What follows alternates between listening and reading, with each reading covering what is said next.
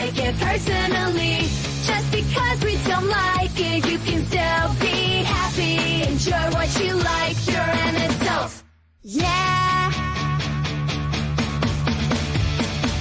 BWN Productions, mask plus props and costume work. If you want a monster name, contact BWN Productions. Fast custom shirts, hundreds of t-shirts, all at reasonable prices. If you need custom work, contact Fast Custom Shirts.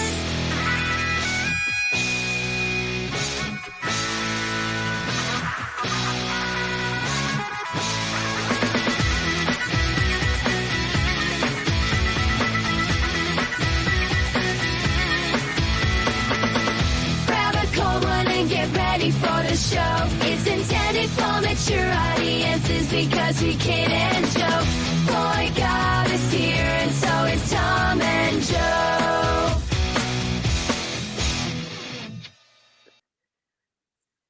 Yep, unfortunately, we're back once again to get up in that ass.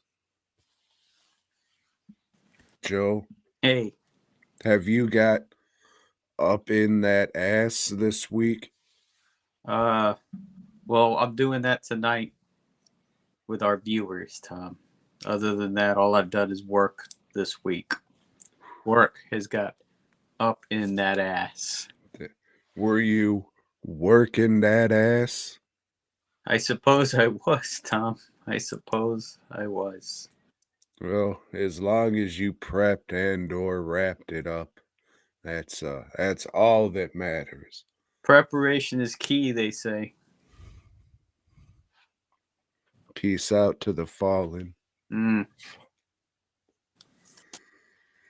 Joe, how is you? Yeah, I told you. All I've been doing is working, Tom. Just But work. I asked how you is. Oh, I is here. Yeah. That's good. Fuck. It's gonna be one of those. God damn it. Well, I did fuck up.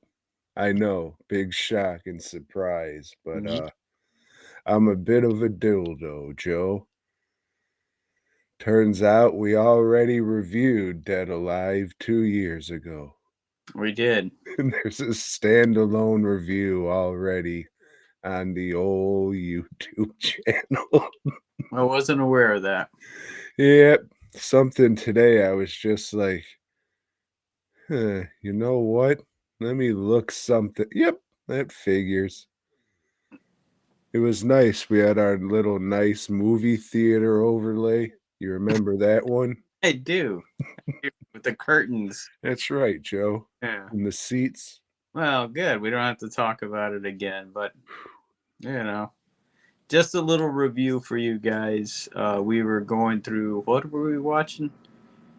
Who's this guy? Peter Jackson movie. Pete Jackson, yeah. So, yeah, we've already talked about that. But just to rehash, I like it. Yeah, pretty good. Mm-hmm. Yeah. That's good. Maybe we can get into that a little later or see how long it goes. We'll see how it goes, mate. Fuck. Seems like somebody wants to try their accents out. Oh, I was doing it there, wouldn't I? You bleeding wanker. Sorry, I should have hit mute.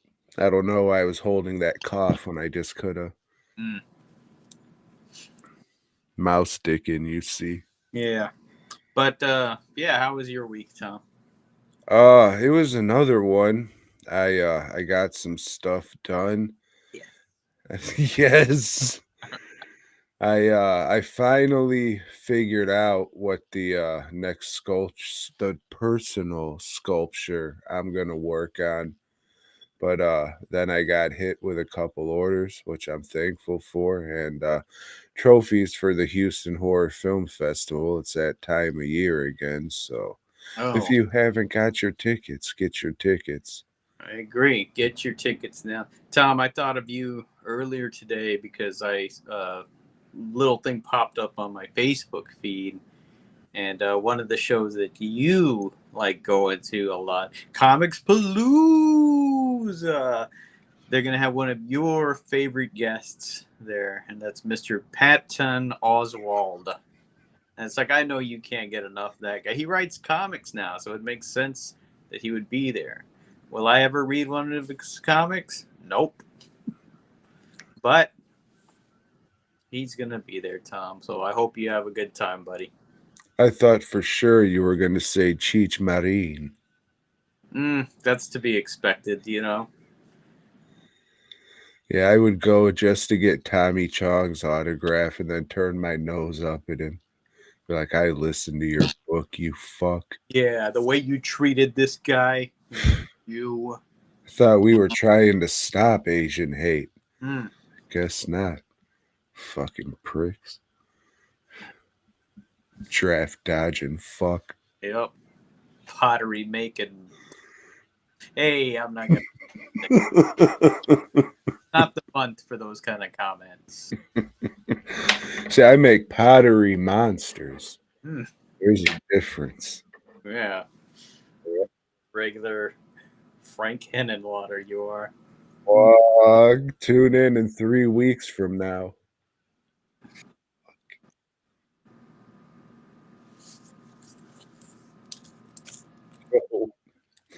I don't know. I don't think I really did much this week besides work that ass. There's that. Yeah.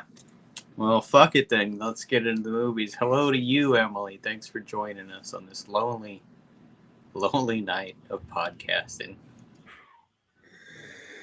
I'm gonna drink some of this first, Joe, because I don't really want to talk about the first thing I watched. Well, Tom, as usual, watches more movies than me during the week, so he's got plenty more to talk about. So he's going to start off, and then he's going to finish off. Oh, Joe.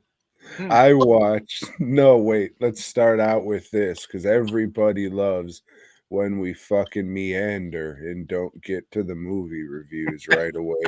So let me cough a little bit too. So I was going through old Tubi, and they have a section that says leaving soon. Oh, better watch it now, Tom.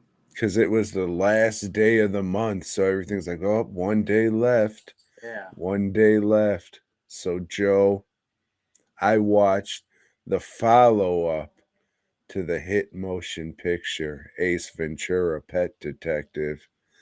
Ace Ventura, When Nature Calls. Would you believe me if I told you this one fucking sucks too? I would believe that. I don't remember the plot of this one. I just know there's no dolphins in it. No, that was the first one. Yeah. He goes on safari or some shit, right? Okay. Just like Shaft and Ernest, he goes back to Africa.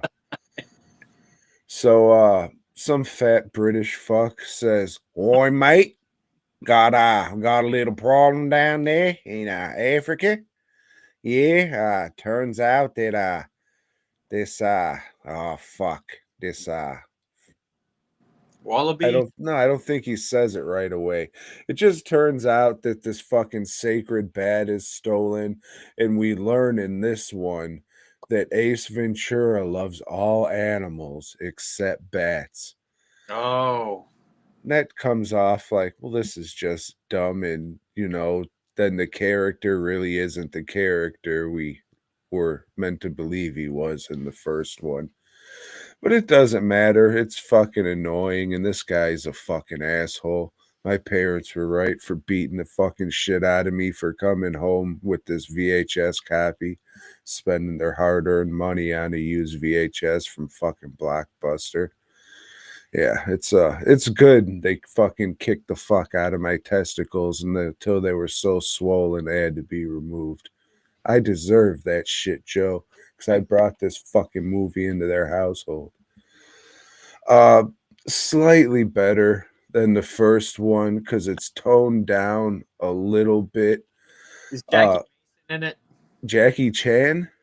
Jackie Mason. Jackie Mason is not in it. All right. Well, it's got to have some luminaries from that era. When did this come out? 96, 97? I can't remember. I didn't give a fuck to Doesn't even. fucking matter, but it's Yeah. got luminaries. Like Tommy Davidson. There you go. You remember Tommy Davidson? Old Meteor Man himself. That's right. He doesn't have any speaking roles. He just does some like African screams and, you know, African dialect. He has his face painted like a tribesman and shit. And if it didn't say fucking Tommy Davidson in the credits, which I'm sure he was like, if I'm doing this fucking borderline racist ass shit, I'm gonna get a title credit in this thing. But yeah, if you didn't know it was him, you just think it was some fucking AIDSy guy that they got to fucking act like a lunatic. But no, Ace Ventura is a fucking asshole. The character sucks, especially since they said, "Oh no, there's an animal that he doesn't." Well, that just kind of negates the whole fucking friend of all creatures thing. So Pretty contrived situation to put him in. you saw this movie, remember? He came out of an animatronic rhino's asshole. That was funny, right? I think I only saw the trailer to this movie. I don't think I ever saw it. But I'm sure you saw that because that's been memed to fucking hell. Yeah. Yeah, it's just if you like it, fine. Everybody thinks different shit's funny, but yeah, that shit. Just the guy's such a fucking asshole. It's fuck him. Like if he was a fucking real person, he'd get his ass beat every single fucking day of his life. It just sucks and it's fucking annoying.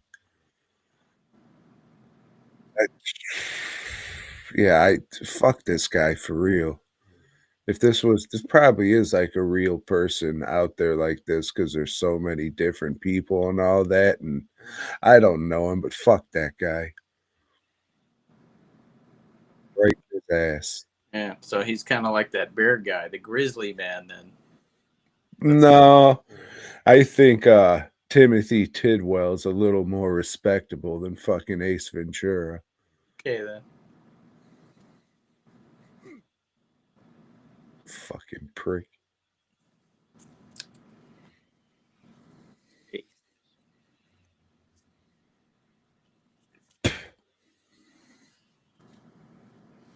Well, Tom, I revisited a movie, a based on true story movie, a ripped from today's headlines, and that movie is called The Untold Story. Have you heard of this one? Yes, Joe, I have. So this is about a guy that well, he's kind of living a secret life, Tom, because he's left China because he killed somebody there, and like changed his identity, and he's moved off to, I don't remember where this movie takes place, some country that just slips out of the mind.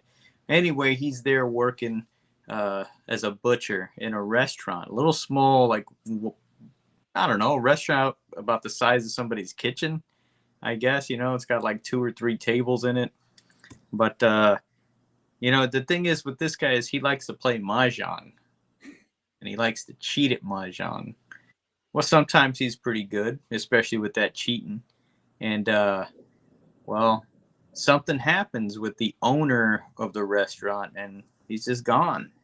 And now this guy's saying, hey, he left me the restaurant. You know, it's like, how can, you know, here's the documentation, but the solicitor, that's a lawyer in one of these countries, says, no, we can't transfer it over to you. You know, we gotta find him first and have him sign this document and this document. Well, he left the country. What am I going to tell you? You know? And, well, he's got that headache.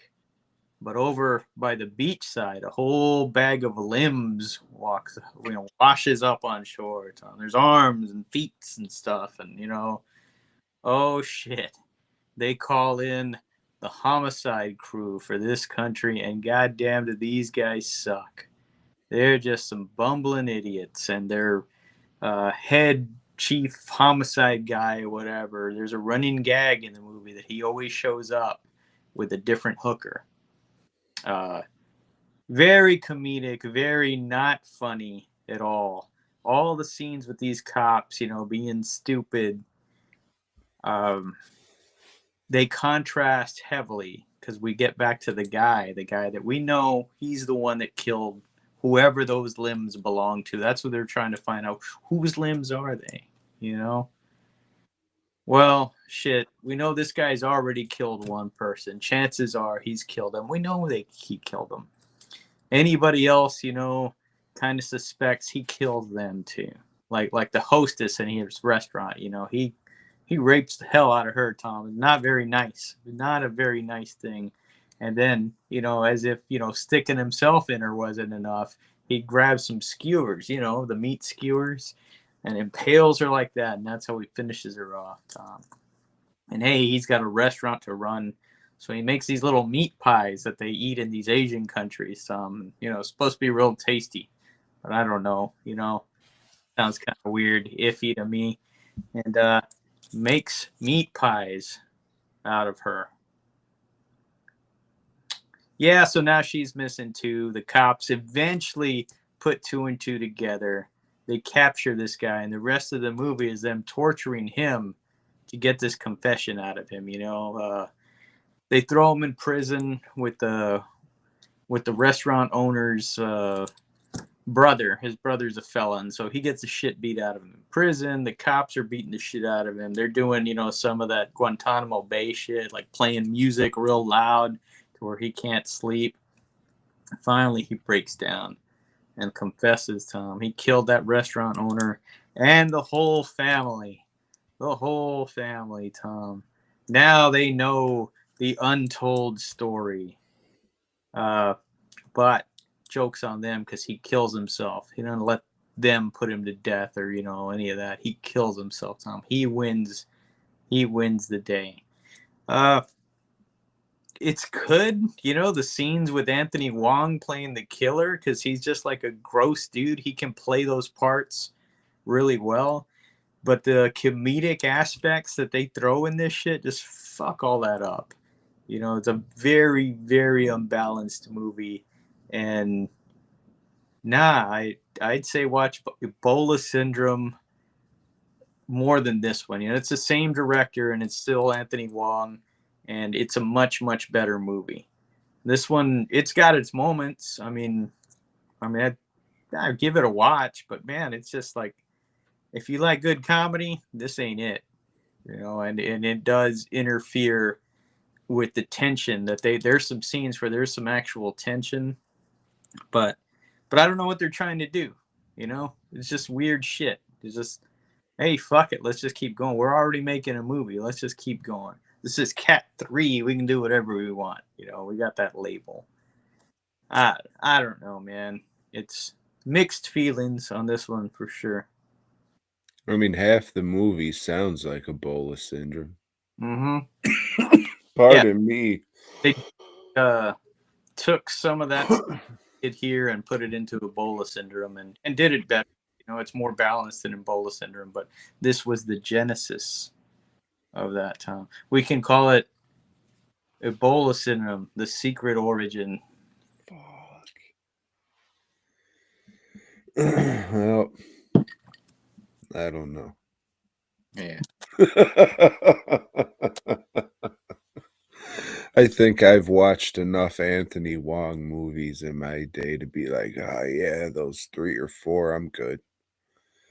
Ebola Syndrome, I'll just stick to that one, and yeah, hopefully somewhere down the line people pick up that Hong Kong Volume 1 collection from me. It's a decent one. Fucking pricks. Erotic Nightmare was good. That was the best one on there, but that's not saying much. Oh, shit. Speaking of picking shit up, shout out to Rich. I hope you enjoy the Radioactive Reporter. With the slipcover. That's right, Joe. Speaking of slipcovers,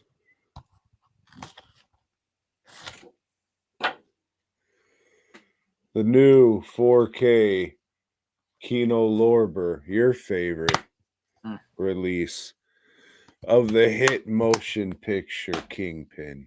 Have you ever seen this one, Joe? You know what? I've seen it, but never all in one sitting. You know, I've seen it like piecemeal here and there. You know, and that was a long time. This is the Farley brothers. That's right, Joe. Well, Chris Farley and his brother. We don't really know or hear too much about. No, he does stand up every so often, and he makes sure that the audience knows he's Chris Farley's brother. One of those acts. Yeah. Oh shit, Chris Farley was actually supposed to be in this movie. He was first up for the role as Ishmael. Around that time, Michael Keaton was supposed to play the Woody Harrelson part too.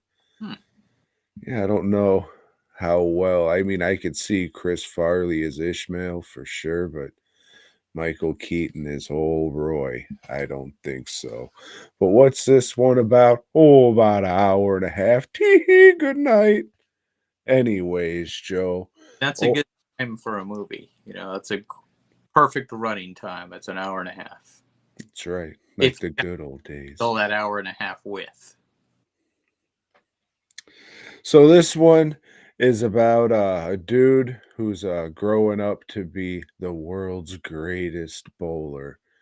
He wins the Iowa State championship, amateur championship, 1979.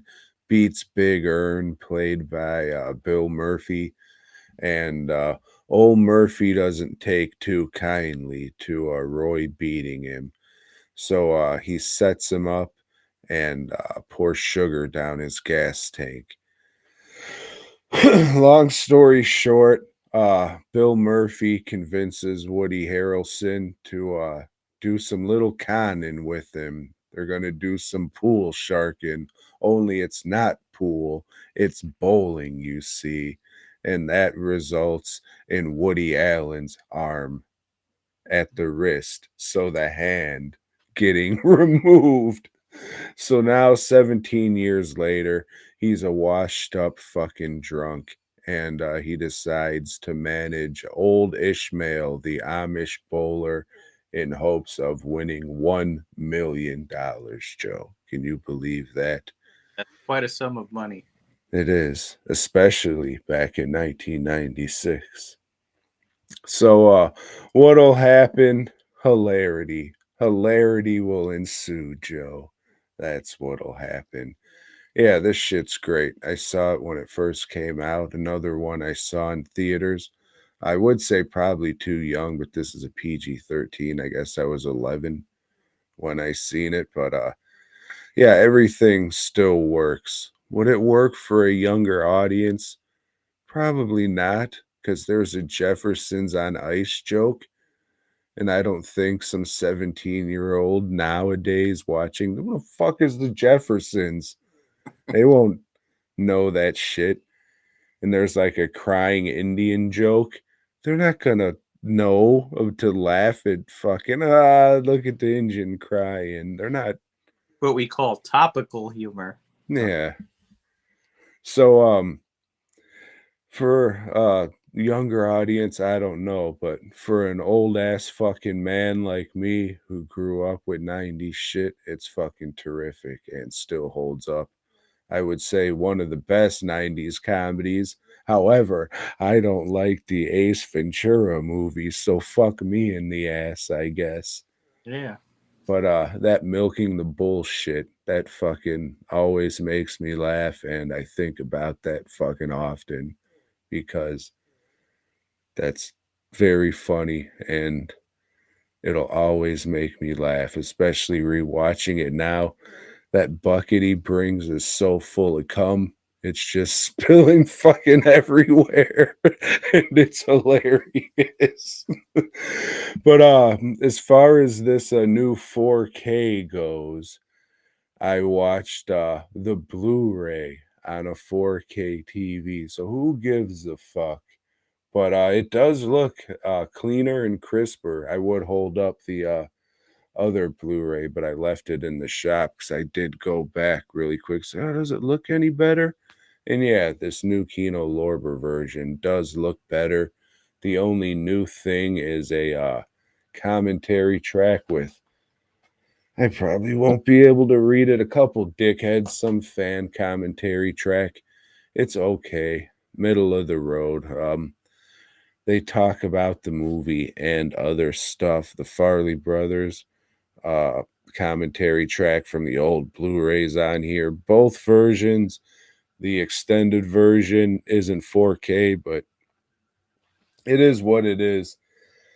If you have the Blu-ray, I don't think you got to run out and get this one. It does look nicer and all that shit, but the commentary track isn't worth it.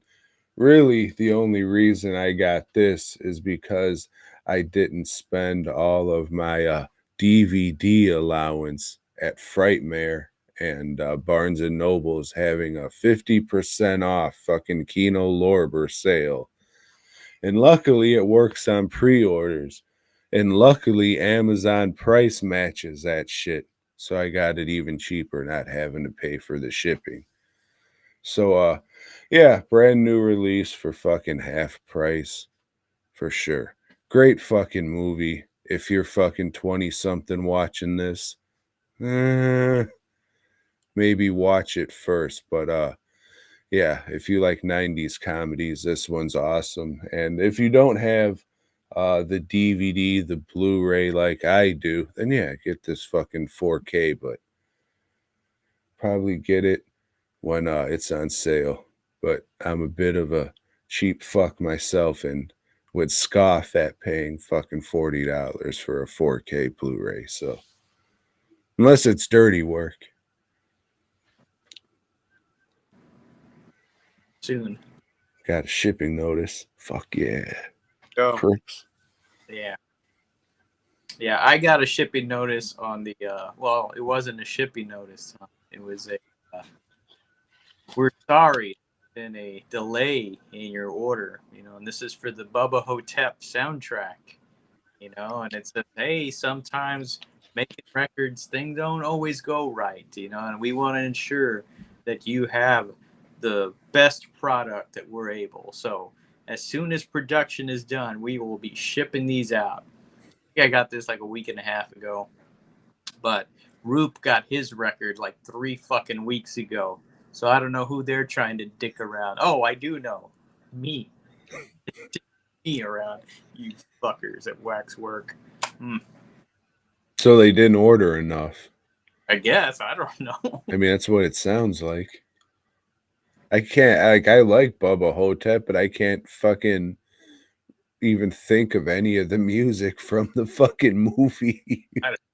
Me neither, but fuck it. It's one of those things. I bought it. And those are fucking like $60 or something too, right? Yeah, well, this one was what, like 40 or something, 35 shipping or whatever. So yeah, probably after shipping 200. At least it was worth it. Yeah. They still have my money, fuckers. Still sitting on that Wicked vinyl? Yeah. That's nice. Get rid of that. Anyway, Tom, I delved into this release from old Vinegar Syndrome. The old Intrepidos Punks. Yeah. You ever seen this one, Tom? This classic Heard of it. of Mexican punk cinema. Yeah, this is just about a punk gang, they just like to rob shit and, fuck things up, rape women, and they're already doing that, but like some of their main people in the gang, they're in prison, so they got to bust them out, because it's just not as fun without them to do all this dastardly deeds that they do. So they do, and their plan is to kidnap the warden and I don't know, the assistant warden and the prison doctor's wives, and hold them for ransom. Hey, you're gonna have to let these people go, or your wives are gonna get it. We're gonna kill them. And they're like, well, they're trying to call them, but the warden and the assistant warden and the prison doctor, they're having an orgy, so they're not answering the phone, and the guy's like, hey man, why don't we just rape these hags? And the girl's, no, the leader right now, while the other guy's in prison, is her, this big haired chick right here, La Bestia, the beast, they call her. And they tell her, hey, remember how they raped you when you were in prison? She's like, yeah, I do remember that. Go for it. Rape them. But while they're doing all this raping, Tom, a band sets up and plays the same. That's fucking crazy. It's just sort of the craziest shit. They play a live set while the raping's going on. Hey, that's just Mexico, man.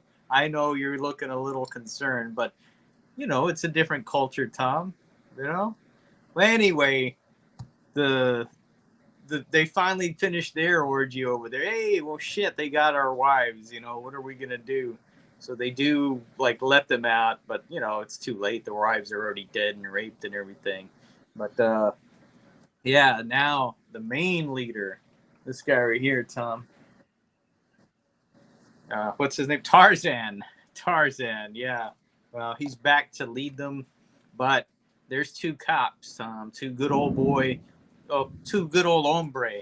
cops, that are after them. They had put this guy in jail to begin with, so now, and these guys know the streets, Tom, and they know the ins and outs of gangs like these Intrepidos Punks, and they ain't gonna put up with that shit, Tom. They're going to go in, shoot first, and ask preguntas later. That's right. This is just crazy shit. It's fun. It's funny. It's just offensive. And it's good. It looks cleaner than it's ever looked before. And this thing here, it also has La Venganza de los Punks, or The Vengeance of the Punks, Tom, which I'm going to watch next. For the longest time, I thought they were the same movie, just under a different name. So I've got a sequel to watch that I've never seen before, Tom. Looking forward to that. There's a lot of extras on this shit that I'll watch, but I'll talk about them as I watch them. This is crazy enough of a movie that I'm interested in well, shit, how they did it, it's just it's fucking weird. But yeah, highly recommended. Intrepidos Punks. For the longest time, you couldn't get this with any subtitles, and my Spanish isn't all that great, but I'd watched it anyway because, hey, this is some crazy shit, and just put together some of the things. But now I actually know what they're saying, if the translators did their job right. A lot of the time they don't. So who fucking knows? If not, joke's on me. Joke's on everybody else that watches it. Intrepidos Punks. If you like a theme song, this one has one that they play 18 times in the movie. Take a shot of tequila every time they play that song and you will die. Good shit. Joe, this movie sounds more relevant now than the time it was made. It does. But there's even more pressing matters to get to, Joe. What color were these subtitles? I think they were yellow. I think. I meant to make a note of that because there was something else. The fucking Untold Story had white lettered subtitles. Yeah. And I noticed that because they were white. So these had to have been yellow or something that you could easily read because I didn't notice it. Oh, this is the way shit's supposed to be. So you don't notice shit when it's done right. Yellow fucking subtitles. Yep. Bitch. Subtitles yellow can read a fellow. Sure. Sure, Joe.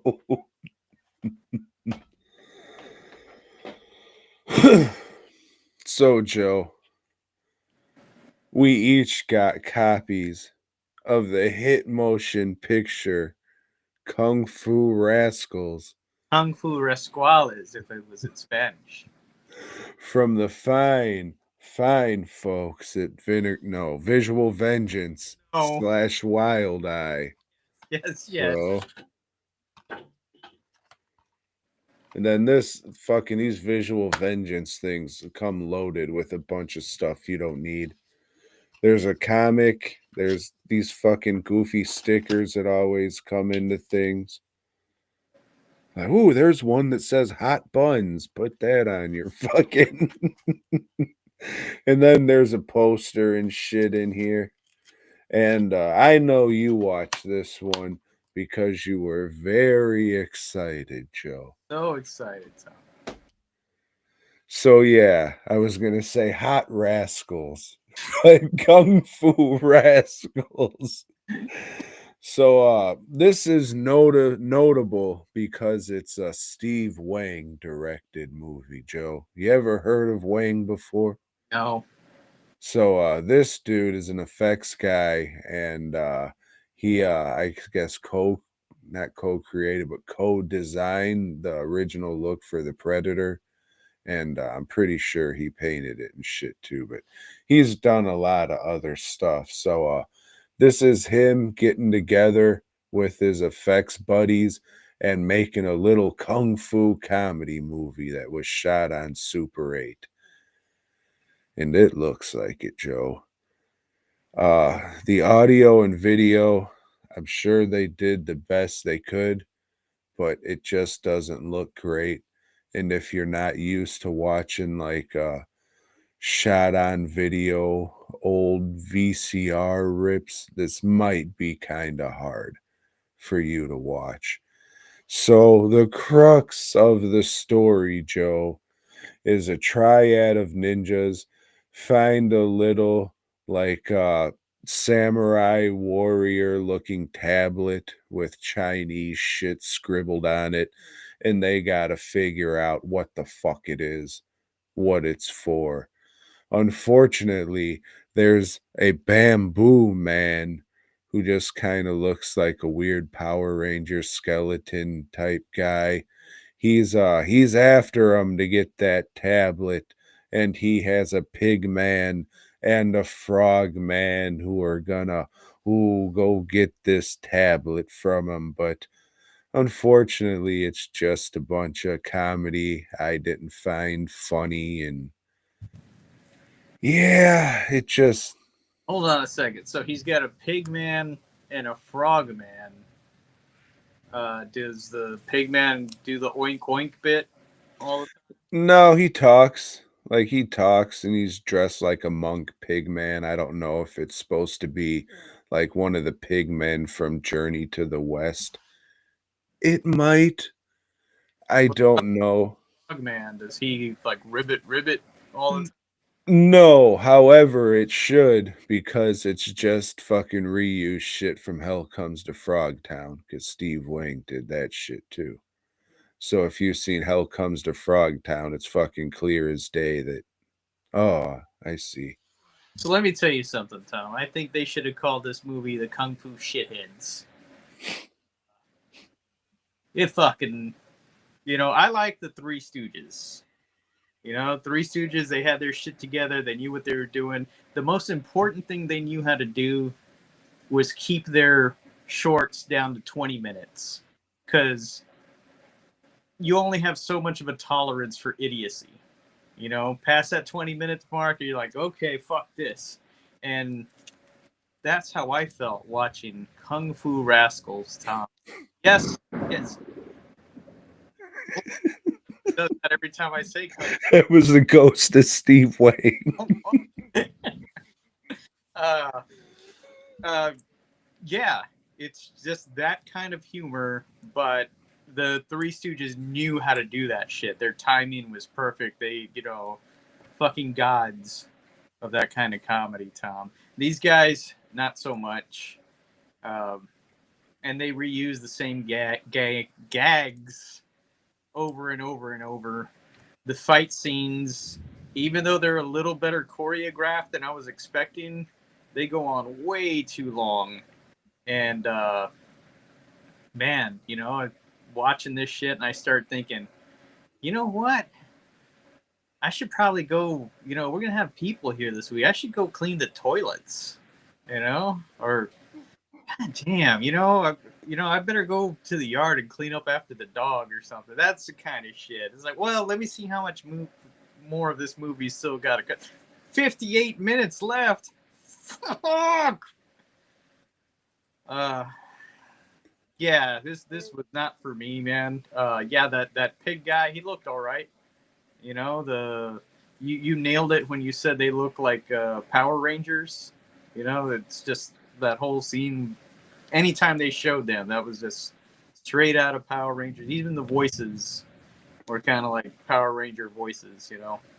Yeah, it's like half low budget. You can't say low budget Power Rangers. You can say like half Power Rangers knockoff, half backyard kung fu movie.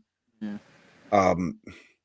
Like it was like, oh, look at all these, I don't want to say old effects guys, but oh, look at all these effects guys when they were younger just coming together to make a movie with their friends. That's a novelty thing for people who are into effects, and that's really the best thing I can say Yeah. about this. Oh, I mean, the stone guys, when they were fighting, like the stone costumes looked good, but it's Steve Wang shit, so like of course, but that went on for a while.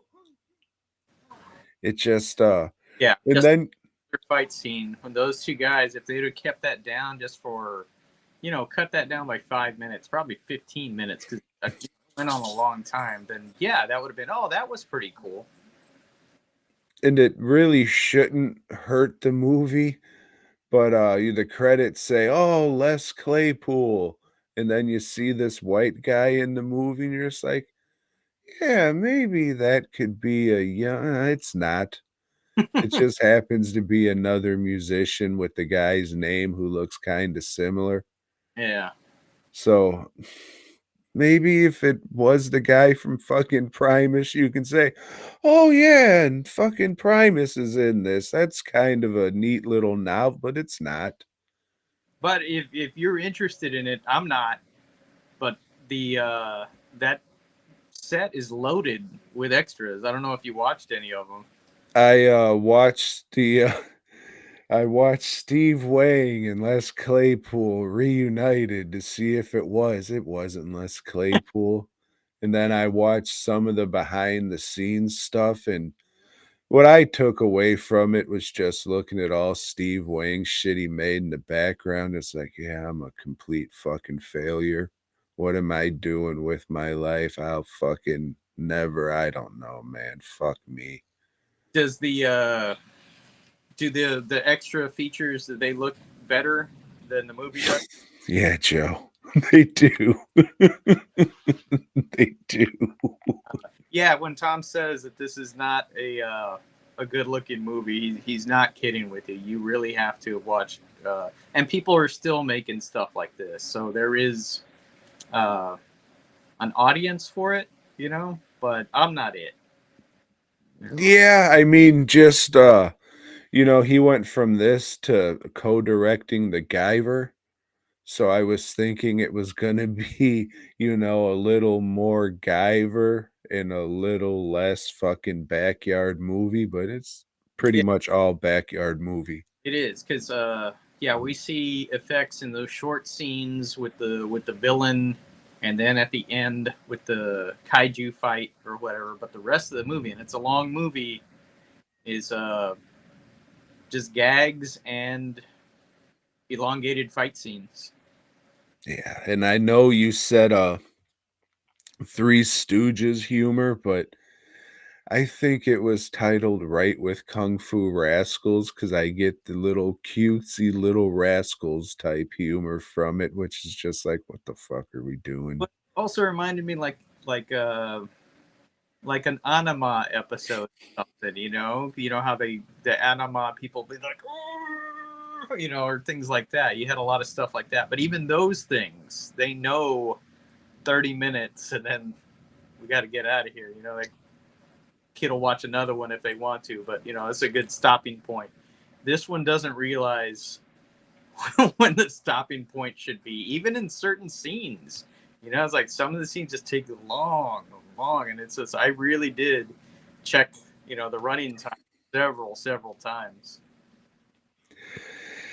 Yeah, the best I can say is, it's a novelty movie if you're really into effects, like 80s movie effects, 90s movie effects, just to, so look, there's Aaron Sims. Does that mean anything to you? No. Oh. See, so yeah, unless you're just really into, then no. But that's cool that it's out there, I guess. Yeah, they got I don't even know where I put it, but a nice cover by the Dude Designs, which, just call yourself by your name. It's like, it's not just him. There's a lot of artists that do that, and it's just, your name is fine. Yeah, it's like DWN production, you stupid bitch.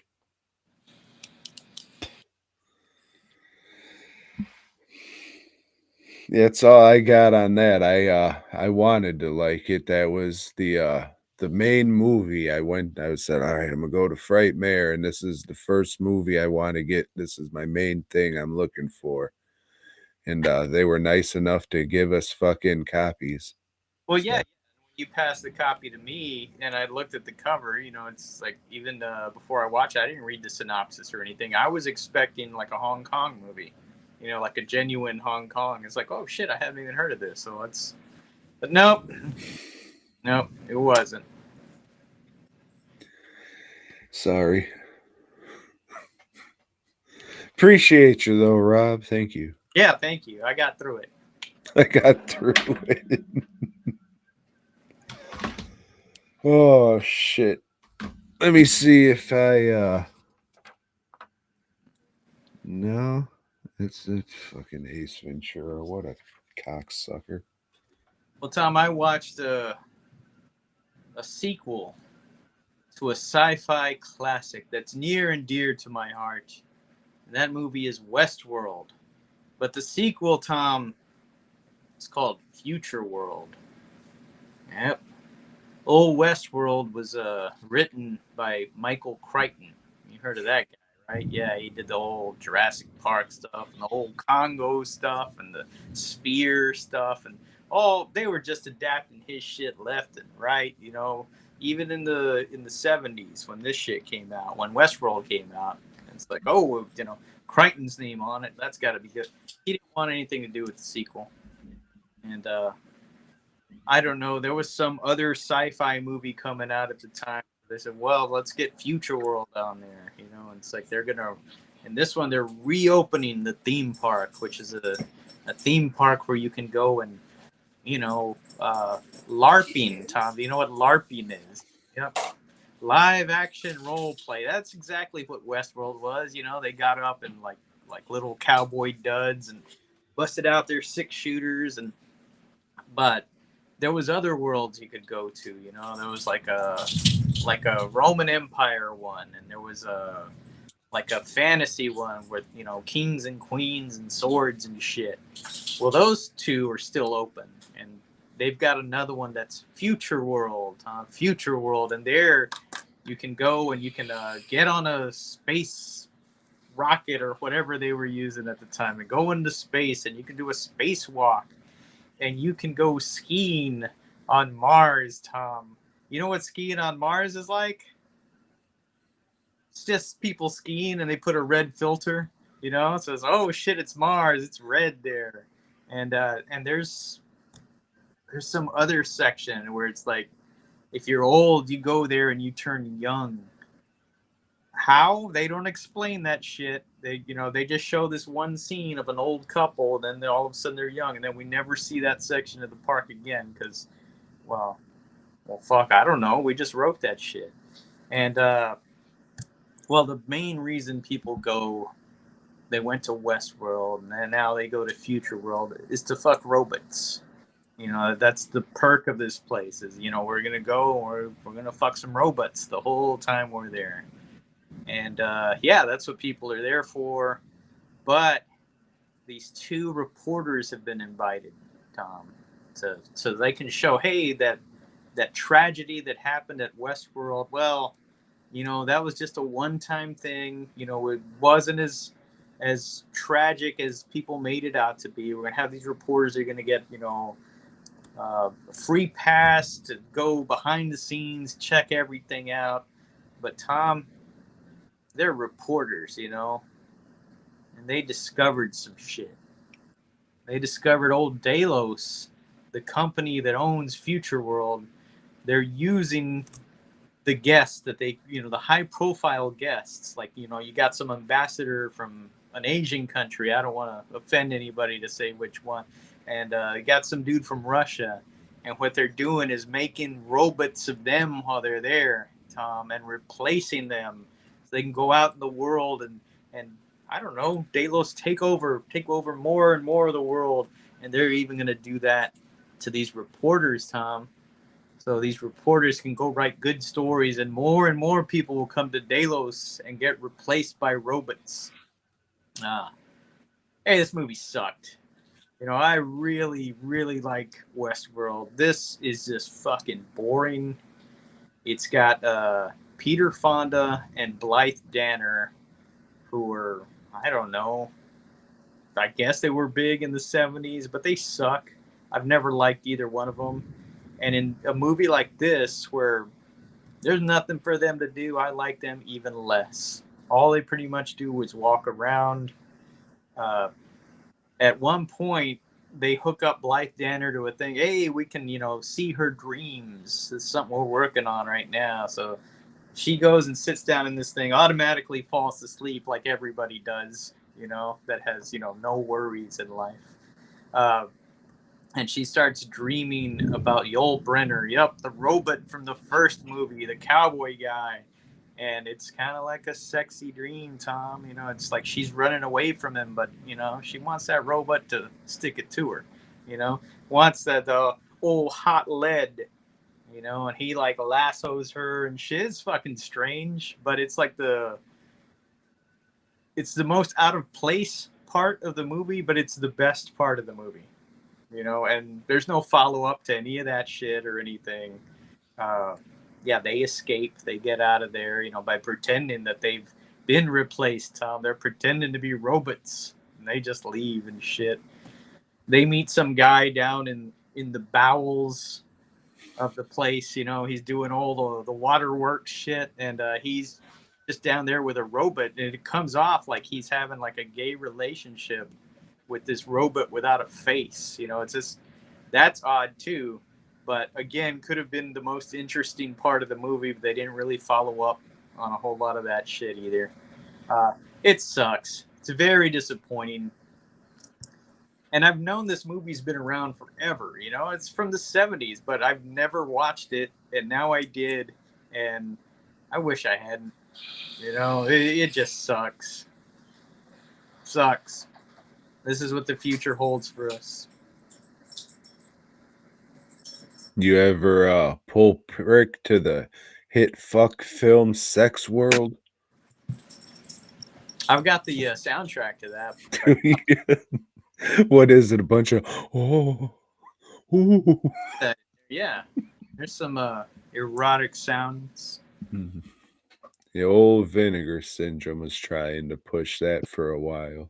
Yeah, they were trying to do a few LPs, you know, and I wish they would have kept with it, but, you know, it's a hard market.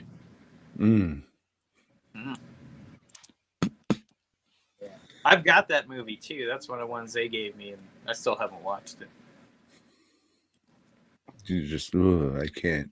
I don't know. I should, and then compare it to old Futureworld. I think Westworld would be the one to compare it to. Yeah. Or don't. What do I care?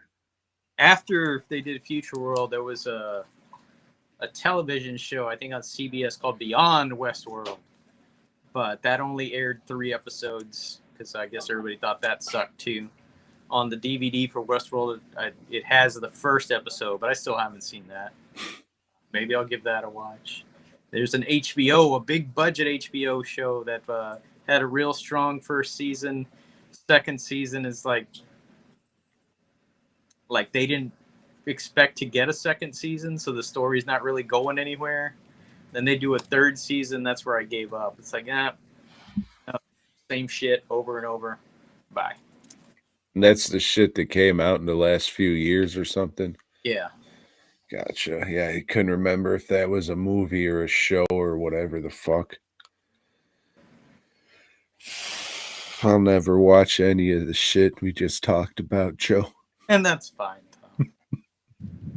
Sorry. Because I'm telling you it sucks, you know. Aside from Westworld, I'm telling you Futureworld, the one we're reviewing, the motion picture. I wouldn't say hit. I don't think it made money.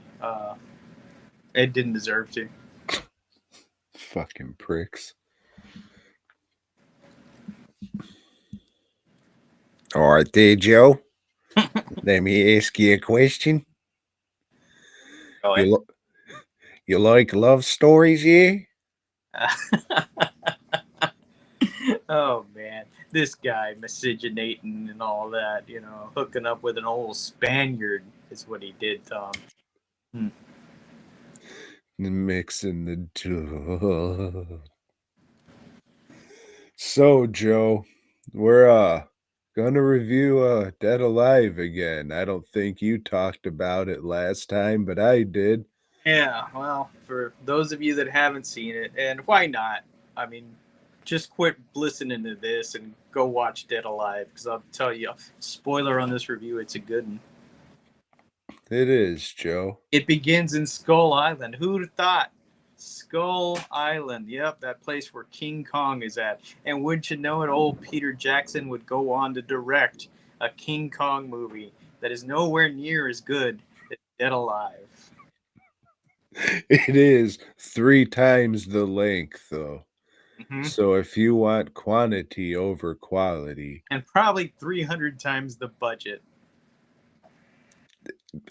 That's being generous. So yeah, Dead Alive. Fucking some fuck from a New Zealand zoo goes to Skull Island because he wants a rat monkey. What's a rat monkey? It's the product of rats coming off the Amistad and fucking tree monkeys, and then you have this Ratamanamasamanamonkakis or whatever the fuck. You have this thing that I guess like armadillos, it carries a once thought dead virus, the dreaded Mutaba virus, or Zingaya, as the natives call it. So if you get bit or scratched by this fucking Munkalakapus, you'll turn into a fucking zombie, and nobody wants to turn into a zombie. You're just looking at your phone all day. Oh gosh, get out of here, Joe. Kidder. So then what happens? You know, this girl that's a shop girl, Tom, that's a girl that works in the shop, you know, she's just been looking for love in all the wrong faces, you know, but luckily her mama, you know, reads the tarot and tells her you will find love, you know, and, you know, you'll know because there'll be this symbol. And, well, this geeky guy that she doesn't really give a fuck about, you know, stumbles into the stores dropping shit, and oh shit, he drops stuff into the pattern of that symbol. So she's got amore for him, you know. And well, she coerces him into a date, Tom, to go to the zoo. But this guy's a real mama's boy, you know. The mom has got him under the thumb, Tom. He can't do anything because she's always a bitching and a hooting and a hollering, you know. And anytime he wants to do anything by himself. Lionel! And shit like that. Yeah. Well, he's enamored by this young lady that's, coming on to him pretty hot and heavy. So he says, yeah, okay. So we'll go on a date to the zoo. So what does it sound like when she's coming on to him? No, I don't know. I thought you're close enough to his Spanish that you can do something. They're very. Oh, Lionel, hula kala moosh moosh. It's a real it sounds like it's 80 yard, but it's not. That's a real fucking voice. Yeah, the lady playing this role, she's actually a Spaniard. They spared no expense. Imported actors, as they say. So yeah, they're fucking romping around the zoo. Oh, look at that. That's what lions look like in their country. Oh, look at that. It's a New Zealand bird, and in the bushes, in the brush, you can see old Lionel's mama spying. And she's doing the little creeping, and she's doing the burglar crawl against a cage. Unfortunately, it's the Ratapapalunkamunkapiss's cage, and that some bitch bites the fuck out of her arm, Joe. And she slowly turns into a zombie. And instead of calling the oh no, he does call the fucking nurse. But the nurse ends up getting bit and she turns into a zombie. And then after that, he decides not to call anybody. I don't want to get anything involved. I'm just gonna lock these zombies up in the basement and hope for the best. Joe? So This tell you right here, from the moment Tom talked about the zombie bite, the Ratatopoulos bite, that shit's all set up. It's like 20 minutes of setup, and it's all right though. It's not boring you with that setup. I remember, I think the first time I watched it, being bored by some of it, but not this time, and I don't think the very last time I watched it. It's just probably because I knew what was coming. That it probably made a difference. It's like, okay, because I know shit's gonna explode, and it does. From where Tom says, it explodes, and we're introduced to like an uncle character that comes in, and he's a bit of a prick, eh? He's great. He's funny as shit, man. He plays that part fucking perfect. And then it's just any kind of crazy shit you can think of. Well, these guys already thought of it, and they thought of more crazy shit that these zombies can do, and it's just badass. There's always something to see. It's like, oh shit, wow, that's fucking clever. Well, I dig it, Tom. Yeah, the movie really is just an excuse to say what's all the weird ass ways we can kill zombies. Yeah. And for the most part it works. Towards the end, when it gets to the fucking mom monster, the design of that's kind of what the fuck am I actually looking at? But That's, I think, yeah, there's a overreach there. It doesn't look great, and you were already doing a good job. We didn't need this stupid shit popping up at the end, but it was so entertaining. Hey, I'll let that slide. yeah, 'cause she already had so much fucking goofy, wild shit before. You're just like, oh, all right then. But it's just good. I don't want to say it's good, clean fun. It's not. It's gross. There's a lot of gross shit in it. There's bodily fluids all over the place, and they do it better than most people do it now. There's some like moments that Max was saying, oh yeah, that movie ruined me on custard. And yeah, that's some gross looking shit. It's a fine custard there, boy.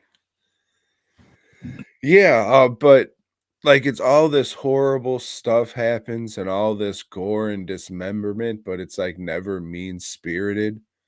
Like this lady gets her fucking dog eaten, and I fucking always hate when the dog dies, but it was fine and funny and shit. It was never played like, oh, I can't believe it. It's just like, Meals Dios, my dog.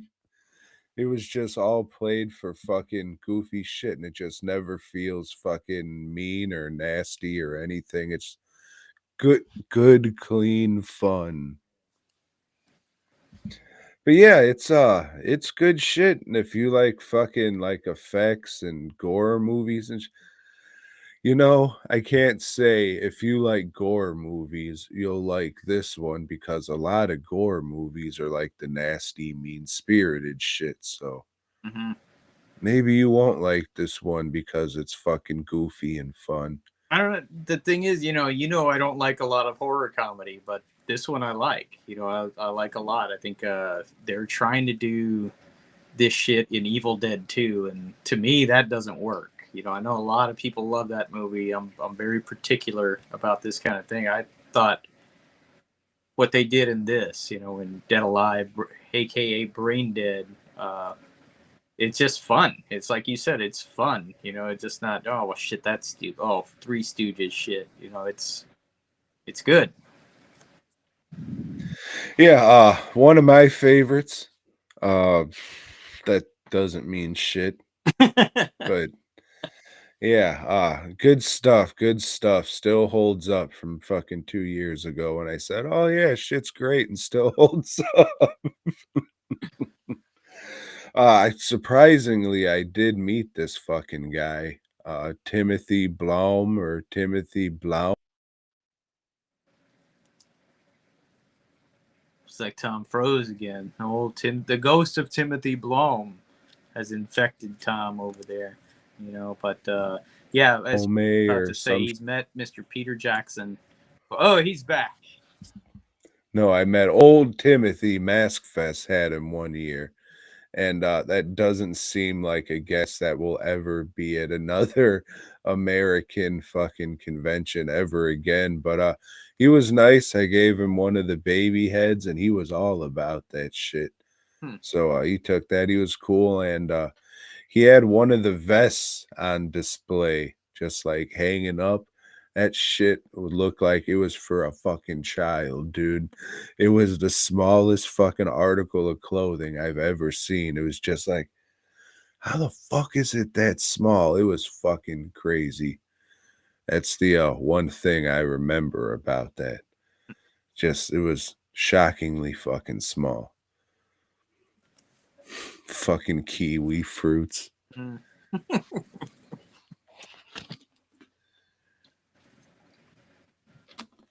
Yeah, I don't know where we're going next week, but I'll let Tom know.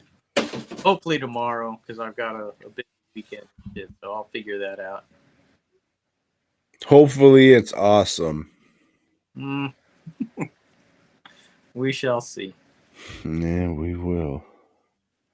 Let me ask you this, Joe.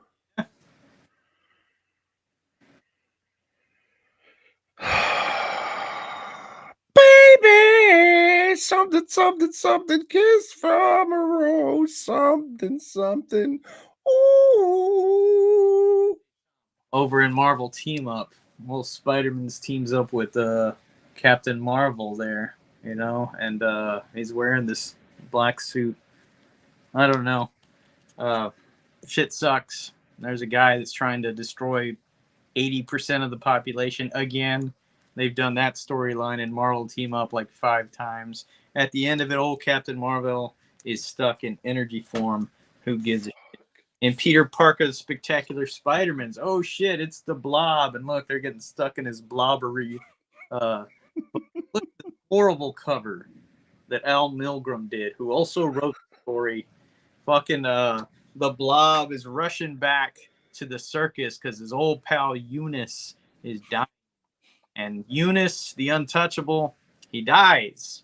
So the Blob is just going through the streets, you know, in a depression. And he's sad and everything, and like can't find a shirt or some pants or some shoes or anything, and fights Spider-Mans and the old Black Cat. She's got her bad luck powers, and he eventually falls through the street and just says, fuck it. You know, I ain't fight no more. I'm just sad. He was my only friend. And but then, Tom, then we got old amazing Spider. Oh shit, what's this? There's a guy holding a rose there. Baby! Yeah, we're introduced to a new villain, the Rose, who likes to fix NFL games, you know, so he can make some money. Who wrote this shit? Tom DeFalco, who is one of the worst comic book writers of all fucking time. And this just goes to show, you know, he would eventually go on to become editor-in-chief of Marvel Comics. And, hey, this sucks right here. It's got Rick Leonardi not doing his best art. You know, I like that dude, but, yeah, this sucks, man. This is just new costumes, same old bullshit. Who do you think the Rose is? I don't know. Kingpin's son, maybe? Might be. Yeah. Fucking prick. Remember when the art was pretty good a couple issues ago and fucking Hobgoblin was in there? Yeah, this feels like an inventory issue, you know, just some shit that was in the shelf. Rip off the cover and send it back. We'll give you some money. Oh, boy. Well, Joe, I'm glad this one's over. Yeah. Everybody, thank you for whatever this is. I hope you deserve it. Indie Phantom, Emily, Caroline, the Horde cast popped in just to say, hey, or BOYGOB. But we say that, buddy. We say that. Thank you guys for keeping the chat so lively. You know, it was just going on in there. And thank you for tuning in. No, for real, thank you. We appreciate it. Hope you got some entertainment out of whatever the fuck this was. DWNProductions.net. Masks, bus, props, and custom work. Check out my shit over there. Or don't. Whatever. And then you can go to fastcustomshirts.com. Hundreds of t-shirts, all at reasonable prices. Go there and check out Joe's shit. Or don't. Rich pops up in the last second. Well, let me ask you this, Joe. You got anything to say to old Rich? BOYGOB. Thanks for checking out the show. We hope you dug it, baby. If so, give us a thumbs up. Subscribe and let us know down below. Support Tom and Joe by heading over to DWNProductions.net and FastCustomShirts.com. Until next time.